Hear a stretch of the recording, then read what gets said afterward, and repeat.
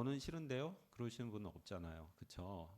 믿음으로 살아야 된다. 그러면 모든 분들이 전부 다 당연하죠. 믿음으로 살 겁니다. 그리고 살고 싶습니다. 그렇게 고백을 해요.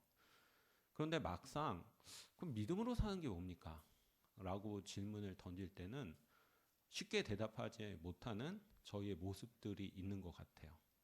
그래서 믿음으로 살고 싶은 마음은 있으나 실제 저희의 모습들은 믿음으로 사는 건지 그렇지 않은 건지 잘 모를 때가 있는 것 같아요. 그러면 믿음으로 산다는 게 뭐예요? 믿음으로 산다는 것을 알고 싶으면 어디를 봐야 되죠? 히브리서 11장을 보면 됩니다. 히브리서 11장에서는요. 그래서 우리 믿음의 선배들을 한 분 한 분 얘기하시면서 이렇게 사는 거예요.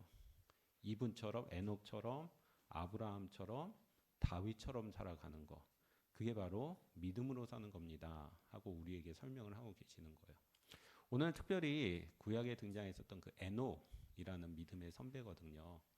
이분을 통해서 믿음으로 산다는 것이 구체적으로 뭔지 같이 한번 생각을 해보려고 하는데요. 오늘 본문을 통해서 첫 번째로 생각하고 싶은 교훈은 이겁니다. 믿음으로 산다는 것은 하나님을 기쁘시게 하면서 살아가는 것. 그게 바로 믿음으로 살아가는 겁니다. 하는 겁니다. 우리 5절 말씀 읽으셨지만 한 번만 더 읽어보겠습니다. 시작.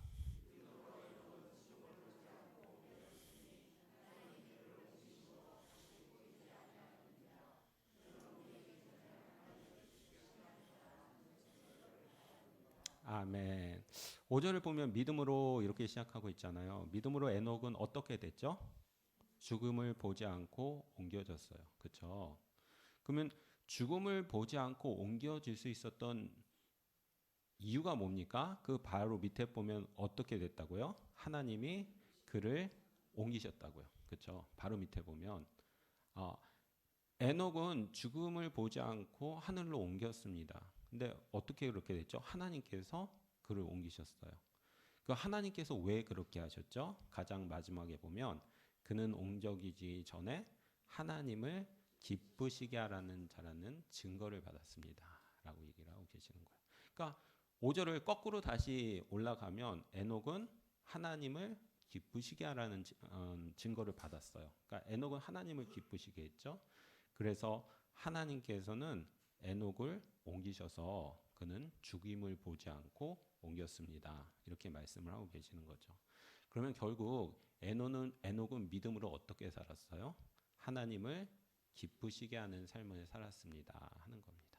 오늘 저희가 첫 번째로 생각하고 싶은 교훈이 바로 그거예요. 믿음으로 산다는 게 뭐예요? 라고 물어본다면 에녹을 보십시오. 그럼 에녹은 믿음으로 어떻게 살았습니까? 그는 믿음이 있었기 때문에 하나님을 기쁘시게 하면서 이 세상을 살아갔습니다. 라고 오늘 본문을 통해서 저에게 교훈하고 계시는 것이죠. 사실 그렇지 않습니까? 저희들이 믿음, 히브리서 11장 1절에서 믿음을 어떻게 정의하고 있습니까? 믿음은 바라는 것들의 실상이요.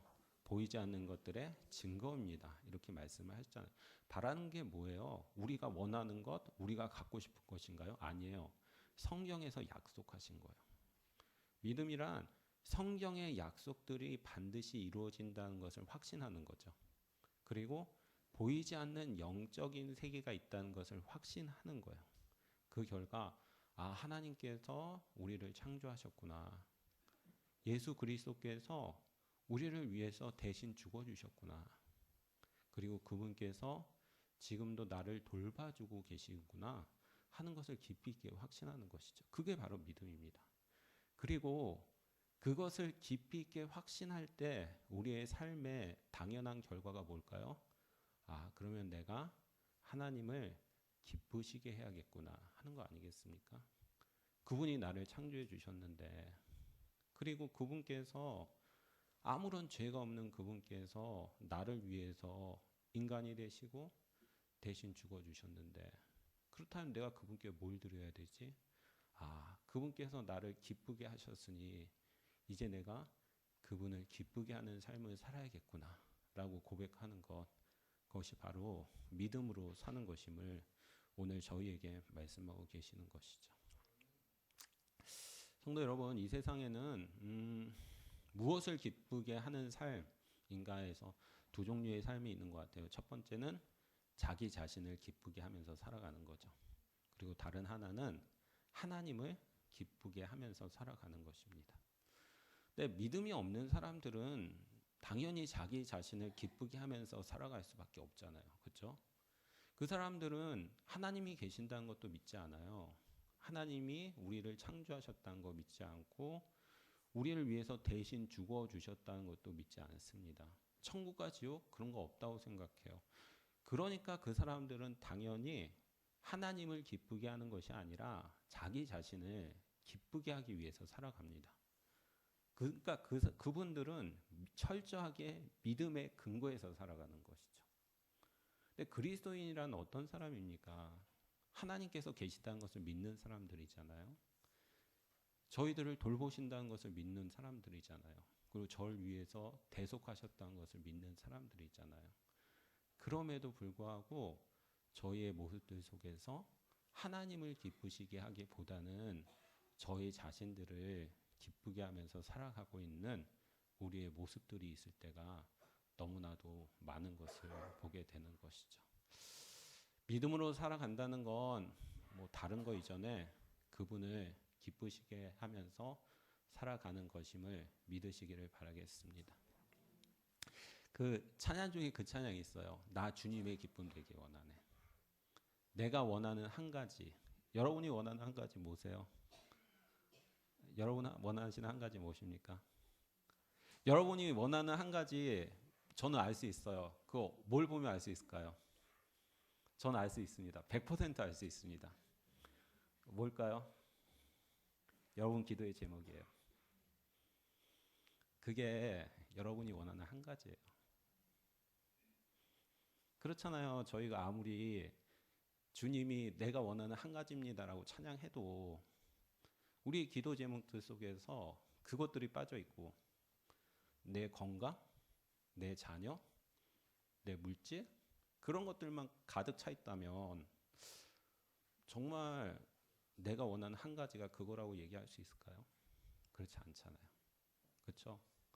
그러면 제가 여러분들한테 여러분 물질 위해서 기도하지 마세요. 자녀 위해서 기도하지 마세요. 이런 얘기 아니잖아요. 그렇죠? 그런 것들 필요하고 하나님께서 채워주셔요. 그렇지만 그게 가장 중요한 게 돼서는 안 된다는 거예요. 왜냐하면 그분이 우리를 구원하셨으니까. 그분이 지금 돌보고 계시니까. 그래서 저희들이 그분의 기쁨을 위해서 살아가는 저와 여러분이 될 수 있기를 바라겠습니다. 본문을 통해서 두 번째로 생각하고 싶은 게 있어요. 이겁니다. 성도는 믿음으로 산다는 것은 그 하나님을 기쁘시게 하면서 살아가는 거예요. 라고 말씀드렸는데요. 그러면 하나님을 기쁘시게 하기 위해서 필요한 구체적인 믿음의 내용이 뭔가 하는 거죠. 6절 말씀이거든요. 우리 6절 말씀 같이 한번 읽어보겠습니다. 시작.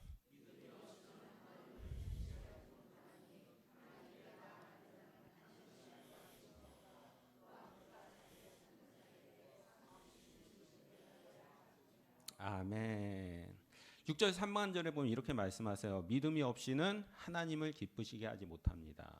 그 하나님을 기쁘시게 하기 위해서 뭐가 있어야 되는 거죠? 믿음이 있어야 된다는 거죠. 그런데 그러면 하나님을 기쁘시게 하기 위해서 필요한 믿음이란 구체적으로 뭡니까? 그 하반절을 보면 하나님께 나아가는 자는 반드시 첫 번째로 뭘 믿어야 되죠? 그가 계신 것을 믿고 두 번째는 무엇을 믿어야 합니까? 자기를 찾는 자에게 상 주시는 분이심을 믿어야 된다는 거죠. 그러니까 두 가지 믿음이 있어야 되는 거예요. 첫 번째는 무엇보다도 하나님이 존재하신다는 것을 믿고 두 번째는 하나님을 찾는 자에게 상 주시는 분이심을 믿어야 됩니다. 라고 이야기를 하는 거죠. 이 믿음이 있어야 하나님을 기쁘시게 하는 삶을 살 수 있습니다. 라고 말씀을 하고 계시는 것입니다. 그렇잖아요.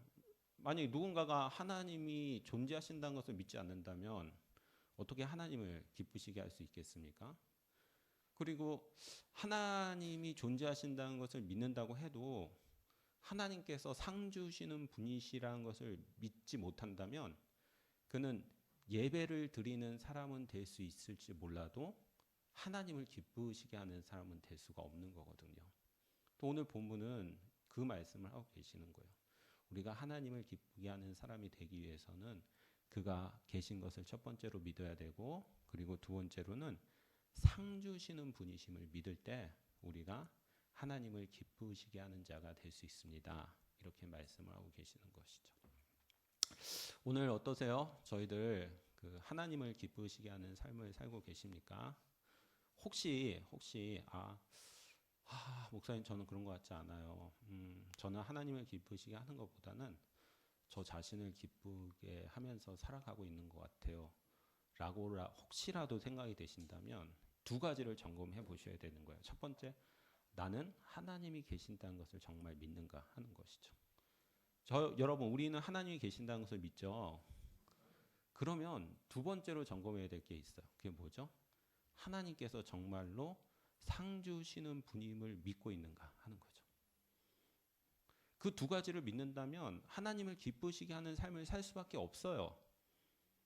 그런데 두 가지 중에 하나라도 없다면 하나님을 기쁘시게 하는 삶을 살지 못하는 거죠. 그리고 저희들 대부분은 하나님이 존재하신다는 것을 믿기 때문에 저희들이 하나님을 기쁘시게 하는 삶을 살지 못하는 굉장히 중요한 이유 중에 하나는 그분께서 상 주시는 분이심이라는 것들을 깊이 있게 깨닫지 못한다는 겁니다. 저희 집에 이제 그 딸아이가 하나 있어요. 초등학교 6학년이 됐거든요. 그래서 이제 너도 이제 부모님한테 생일 선물을 하거라 이렇게 얘기를 했어요. 작년부터 용돈을 줘요. 이제 용돈을 경제 개념을 좀 세워주고 싶어서 용돈을 줘서 그러니까 생활을 하게 하는데, 이제 그러면 이제 부모님 너도 용돈을 받으니 아빠 생일에 선물을 하도록 하여라 이렇게 얘기를 했어요. 그럼 걔가 이제 지 용돈 중에서 굉장히 일부를 선물 비슷한 걸 가지고 이제 와요. 생일 선물이라고. 근데 이렇게 한번 생각을 해보시죠. 만약에 절대로 그럴 일은 없지만 그 아이가 아빠의 생일 선물을 하기 위해서 몇 달 동안 돈을 모은 거예요. 절대로 그런 일은 없습니다. 몇 달 동안 모았어요. 그리고 그걸 아빠한테 가져왔어요. 여러분들 같으면 어떻게 하시겠습니까? 그거 받고 고맙다 그리고 말겠어요? 아니죠. 저 같으면 몇 배로 주겠어요. 근데 걔는 안 그래요. 왜죠? 아빠가 그런 사람이라는 걸 모르는 거죠. 근데 저희들 그런 사람들 아닌가요? 걔 몇 달짜리 용돈 그 몇만 원 되지도 않는 거 고맙다 하고 입 닦을 부모가 세상에 어디 있습니까? 그 기특한 모습을 보면서 얼마나 흐뭇하겠어요. 그리고 그 흐뭇한 걸 채워주되 모자르게 채워주겠습니까? 아니죠. 넘치도록 채워주죠. 그게 부모의 마음 아닙니까? 그게 바로 상 주시는 하나님인 거죠. 근데 저희는 제 딸 같은 거죠. 저를 포함한 모두가. 하나님이 상 주신다고 저희도 믿고 또 고백들은 하지만 실제로 내가 그분을 정말 기쁘게 하기 위해서 살아갈 때 그분께서 정말 채워주실 것이라는 것들을 분명히 확신하지 못하는 저희의 모습들이 있는 것 같아요. 그래서 저는 그렇게 생각해 봤어요. 왜 우리가 하나님께서 상 주시는 것을 확신하지 못할까? 크게 두 가지 이유가 있는데요. 첫 번째 이유는 사단의 유혹입니다. 처음에 죄를 지었던 하와를 생각해 보세요. 하나님께서는 하와에게 분명히 말씀하셨어요. 선악과를 먹으면 어떻게 된다고 말씀하셨죠? 죽는다라고 얘기를 했어요. 근데 뱀이 와서 하와에게 뭐라고 얘기합니까? 선악과를 먹어도 너는 죽지 않는다. 오히려 하나님과 같이 눈이 밝아져서 하나님과 같이 될 것이라고 얘기했어요. 하나님께서는 분명히 죽는다라고 말씀을 하셨는데 사단은 그 말씀을 의심하게 해요. 오늘도 마찬가지인 거죠. 하나님께서 오늘 저희들에게 하나님을 기쁘시게 하는 자에게는 하나님께서 상 주신다라고 말씀하세요. 그런데 사단은 의심하게 하는 거예요. 너 하나님을 기쁘게 해도 하나님이 상 주시지 않아. 네가 기쁘려면 너 자신을 위해서 살아야 돼. 그래야 네가 기쁠 수 있어. 라고 사단이 유혹하는 거죠. 저희가 하나님을 기쁘시게 하지 못하는 두 번째 이유가 있는데 그것은 과거의 삶의 부정적인 경험들이에요.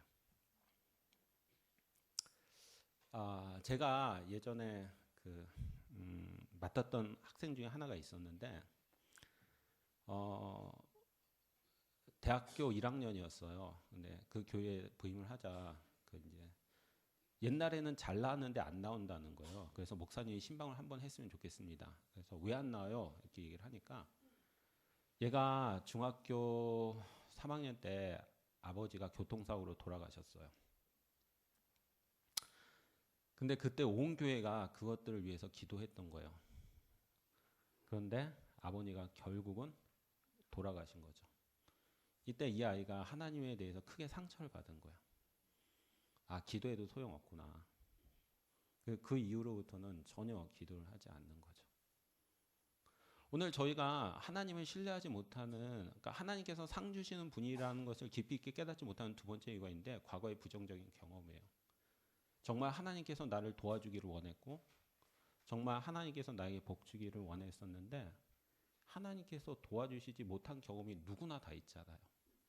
그 경험들이 마음에 깊이 있게 쌓여서 아, 하나님 정말 계시다는 거 알겠지만 정말 나에게 상 주시는 분이구나 하는 것들은 깊이 있게 깨닫지 못하는 거죠. 저는 그렇다면 두 가지 대안을 제시하고 싶어요. 만약에 사단이 하나님의 상 주시는 분임을 유혹할 때 저희들은 어떻게 해야 되죠? 말씀으로 이겨야 되는 거죠. 아니야, 그렇지 않아. 하나님은 상 주시는 분이야. 왜? 성경에서 그렇게 말씀하셨으니까. 그게 첫 번째 대안이에요. 사단이 우리를 유혹할 때는 말씀밖에 없습니다. 아니야, 하나님께서는 그렇게 말씀하시지 않았는데 히브리서 11장 6절을 봐봐. 하나님께서는 상 주시는 분이라고 말씀하셨어. 두 번째가 문제거든요. 우리의 부정적인 경험에 대해서는 어떻게 해야 됩니까? 첫 번째, 부정적인 경험이 있을 때는 첫 번째 이 생각을 해봐야 돼요. 그러면 나는 오늘 본문에서는 하나님이 상 주시는 분이라고 얘기하세요? 어떤 사람에게 상 주시는 분이라고 얘기하세요? 자기를 찾는 자에게 상 주시는 분이라. 자기를 찾는 자라는 말 무슨 말이에요? 5절에 근거하면 하나님을 기쁘시게 하는 자란 말이죠. 그러니까 6절 하나님은 상 주시는 분 맞지만 6절에서 말씀하시는 하나님은 자기를 찾는 자에게 상 주시는 분이란 말이에요. 그러면 먼저 기억해야 될 건 그거니 하나님 정말 내가 그때 하나님을 찾았는가? 내가 하나님의 기쁨을 위해서 그 일들을 했었는가라는 거죠. 저도 그렇거든요. 제가 했었던 모든 기도의 제목이 다 이루어진 게 아니란 말이에요. 저도 때로는 하나님한테 섭섭한 마음이 있단 말이에요. 하나님 정말 섭섭해요. 왜 저한테 그때 그렇게 안 해주셨어요? 제가 그때 얼마나 열심히 기도했는지 아시잖아요. 얼마나 힘들었는지 하나님 너무 아시잖아요. 왜 그거 안 해주셨어요? 너무 섭섭해요. 그 마음들이 있거든요. 근데 어느 날 곰곰이 말씀을 보면서 묵상을 했는데 제가 하나님을 찾았던 게 아니에요. 그 순간에 그렇게 기도를 했었던 거 하나님의 기쁨을 위해서 하나님께 영광을 돌리기 위해서가 아니라 내가 잘 되고 싶어서 내가 가지고 싶어서 그것들을 위해서 그렇게 갈구했던 거거든요.